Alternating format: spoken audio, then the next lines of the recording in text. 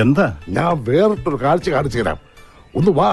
അത് പണ്ടേ ഉള്ളതാണ്. അമ്മയുടെ അനിയത്തിമാർക്ക് രണ്ടു പുറമാർക്കും ആയതോട്ടുള്ളതാണ്. അത് നമ്മളെ ഉദ്ദേശിച്ചാണ്.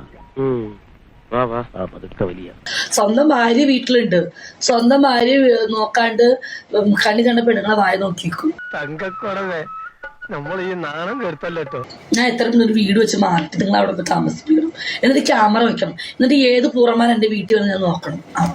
അങ്ങനെ പറയരുത്, എല്ലാവരും അങ്ങനെ കാണരുത്. എല്ലാവരും അത്രക്കാരല്ല. ഈ സർപ്പത്തിൽ തന്നെയില്ലേ വിഷമുള്ളതും വിഷമില്ലാത്തതും ഒക്കെ. അവള് ട്യൂഷൻ കഴിഞ്ഞ് വൈകിട്ട് 7 മണിയാവും വരുമ്പോന്നേ അവള് വഴി കൂടെ വരും. ആ പൂരൻ അവിടെ നിന്നിട്ട് ആ മരി ഇങ്ങനെ നോക്കിന്ന് കുഞ്ഞാറ്റേനെ. അവൾക്ക് പേടിയേ. ഇവനൊക്കെ എന്ത് ചെയ്യണമെന്നറിയാവോ? വീട്ടിൽ വെച്ച് കൊല്ലണം. നേരെ ആൾക്ക് നമ്മുടെ അനിയത്തിമാരെ ഭർത്താക്കന്മാരെ കുഴപ്പം. നാണക്കേടായല്ലോ. കേസ് കൊടുക്കണം പിള്ളേച്ചാ, പോലീസ് അന്വേഷിക്കട്ടെ.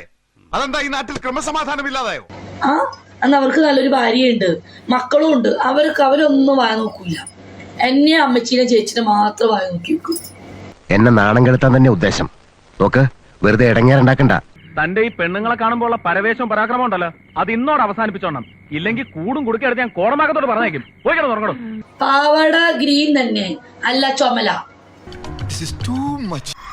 കൊതിപ്പിക്കല്ലേ ഭഗവാനെ. അന്നെന്താ ചെട്ടിയുടെ കളർ പറ. ഇത് ചെട്ടിയുടെ കളർ പറഞ്ഞു തരൂ.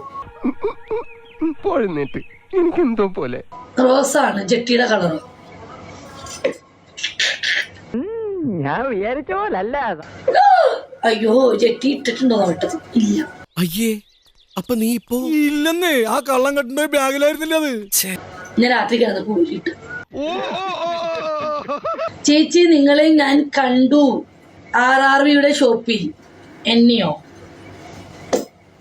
കണ്ടോ സാറേ? ഇത്തിരി. നീ എന്താ കണ്ടത്? Full naked.